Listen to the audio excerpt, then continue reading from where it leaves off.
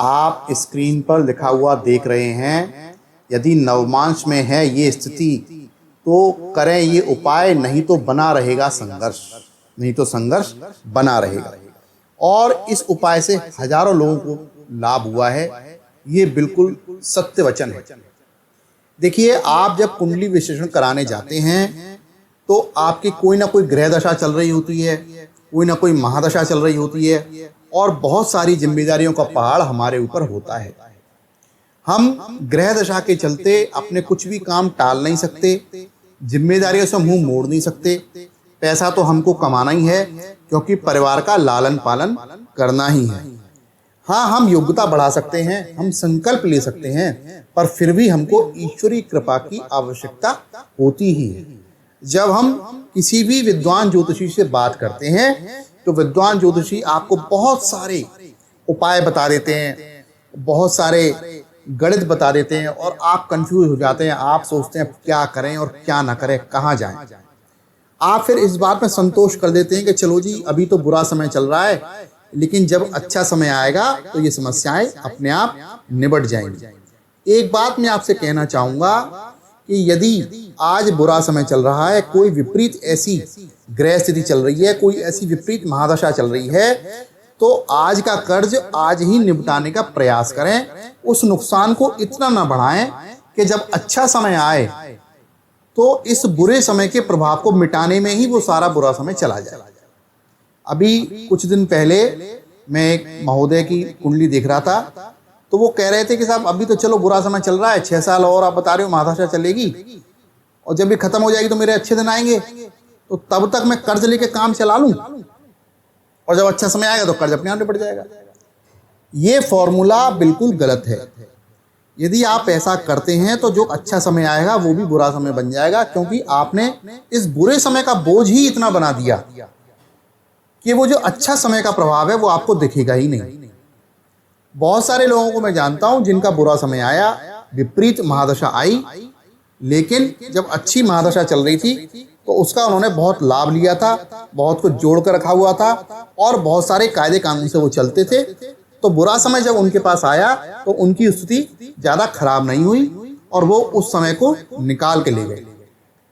तो इस बात का आप ध्यान रखिए कि सारा नियंत्रण हमारे हाथ में है। ईश्वरीय कृपा को प्राप्त करने का नियंत्रण भी हमारे ही हाथ में है। हम ही अपने आप जीवन को सर्वनाश की ओर ले जाते हैं, और हम ही अपने भाग्य को स्वयं अपने कर्मों से कमजोर कर देते हैं। समाज में चारों तरफ कुछ ऐसा वातावरण देखने को मिल रहा है कि हम सब लोगों ने आपस में बात करना बंद कर दिया है। पारिवारिक लोग आपस में गप्पे लड़ाना लगभग भूल चुके हैं। एक कमरे में बैठकर ही अपने अपने मोबाइल से दिमाग मारते रहते हैं, और ये बहुत ही भयानक स्थिति है। इस स्थिति को आपको समाप्त करना होगा। जागृत अवस्था में इस बात का निर्णय लें कि आप अपने मोबाइल से कम 6 घंटे दूर रहेंगे, और 4 घंटे अपने बच्चों के साथ, अपने माता पिता के साथ बिताएंगे, उनसे ही बातें करेंगे, और उस समय मोबाइल आपसे दूर रहेगा। बाकायदा नोटिफिकेशन दे दीजिए, कार्ड छपवा दीजिए, अपने व्हाट्सएप स्टेटस में लगा दीजिए कि मैं फलाने समय से फलाने समय तक मोबाइल पर उपलब्ध नहीं रहता हूँ। ये मेरी आपको नेक सलाह है, इसको आप मान लीजिए। यदि आप मान लेंगे तो आपका परिवार बच जाएगा। मैं बहुत सारे परिवारों को देख रहा हूँ कि उन्होंने धन तो बहुत ज़्यादा कमा लिया, लेकिन फिर भी वो अपने परिवार को बचा नहीं पाई। अभी एक बहुत ही भयावह घटना हुई है कि एक 16 वर्ष की लड़की ने अपनी ही माँ की हत्या अपने ही प्रेमी के साथ मिलकर करवा दी। हालांकि वो लड़की भी पढ़ी लिखी है, वो परिवार भी पढ़ा लिखा है, एजुकेटेड है और संपत्तिवान है, वहाँ पर किसी भी प्रकार का कोई संकट नहीं है। तो मैं आपसे कहना चाहता हूँ, कृपया धर्म के मार्ग को अपनाएं, अपने बच्चों को कथा भागवत भी सुनाएं, अपने बच्चों के साथ सत्संग करें, उन्हें अकेला ना छोड़ें, क्योंकि जब आप उन्हें अकेला छोड़ देते हैं तो वो कोई भी ऊल जलूल निर्णय ले लेते हैं और स्वयं का सर्वनाश कर देते हैं और अपने परिवार का भी सर्वनाश कर देते हैं। मेरा आपसे विनम्र निवेदन है कि इस वीडियो को ज़्यादा से ज़्यादा शेयर करें ताकि ज़्यादा से ज़्यादा लोगों को लाभ हो सके। अब आते हैं मुद्दे पर, और मुद्दा ये है कि यदि नवमांश में ये स्थिति है तो हमको क्या करना चाहिए। अब नवमांश की स्थिति को देखने के लिए आप जैसा कि स्क्रीन पर देख रहे हैं एक तरफ आपको मेष लग्न की कुंडली दिख रही है और दूसरी तरफ नवमांश की कुंडली दिख रही है। आप अपनी कुंडली को खोल के देखिए, वहां पर लग्न और नवमांश आपको दो चार्ट नजर आएंगे। आपको देखना है कि जो लग्न है उस लग्न में जहां पर ये 1 नंबर लिखा हुआ है वहां पर आपके लग्न में क्या नंबर लिखा हुआ है। जो भी नंबर लिखा हुआ है वही आपकी लग्न हुई, और ये मेष लग्न की कुंडली है क्योंकि यहां पर 1 नंबर लिखा हुआ है।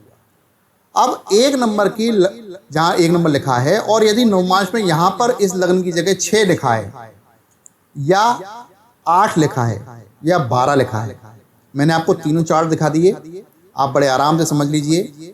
एक यहां पर 6 लिखा है, 8 लिखा है या 12 लिखा है, तो ये आपके लिए प्रतिकूल परिस्थिति है। ये जीवन भर आपको कोई ना कोई परेशानी बना कर रखेगा। मान लीजिए 12 लिखा है तो आप व्यय से परेशान रहेंगे। मान लीजिए 8 लिखा है तो रहस्यमयी परिस्थितियों से परेशान रहेंगे। आप सोच ही नहीं पाएंगे कि परेशानी आ क्यों रही है। और यदि 6 लिखा है तो आप ऋण और रोग और शत्रु इन सब से परेशान रहेंगे। हालांकि इन सबके अलग अलग समाधान हो सकते हैं। आप यदि मुझसे कुंडली विश्लेषण कराना चाहें तो करा सकते हैं, तो मैं आपको इंडिविजुअली आपके उस परेशानी का समाधान करने का प्रयास करूंगा जिस समस्या से आप जूझ रहे हैं। और यदि आप आर्थिक समस्या से जूझ रहे हैं तो निश्चित रूप से आप एक बार मुझसे अपनी कुंडली का विश्लेषण करवाएं, आपको लाभ होने की संभावना बढ़ जाएगी। अब करना क्या है, यदि ये स्थिति बनी हुई है आपकी कुंडली में तो आपको महीने में एक बार रुद्राभिषेक अवश्य कराना चाहिए। आप संकल्प लीजिए कि आप रुद्राभिषेक के लिए ही पैसे कमा रहे हैं। आप एक टाइम का भोजन छोड़ दीजिए शाम का, लेकिन रुद्राभिषेक कराना प्रारंभ कर दीजिए।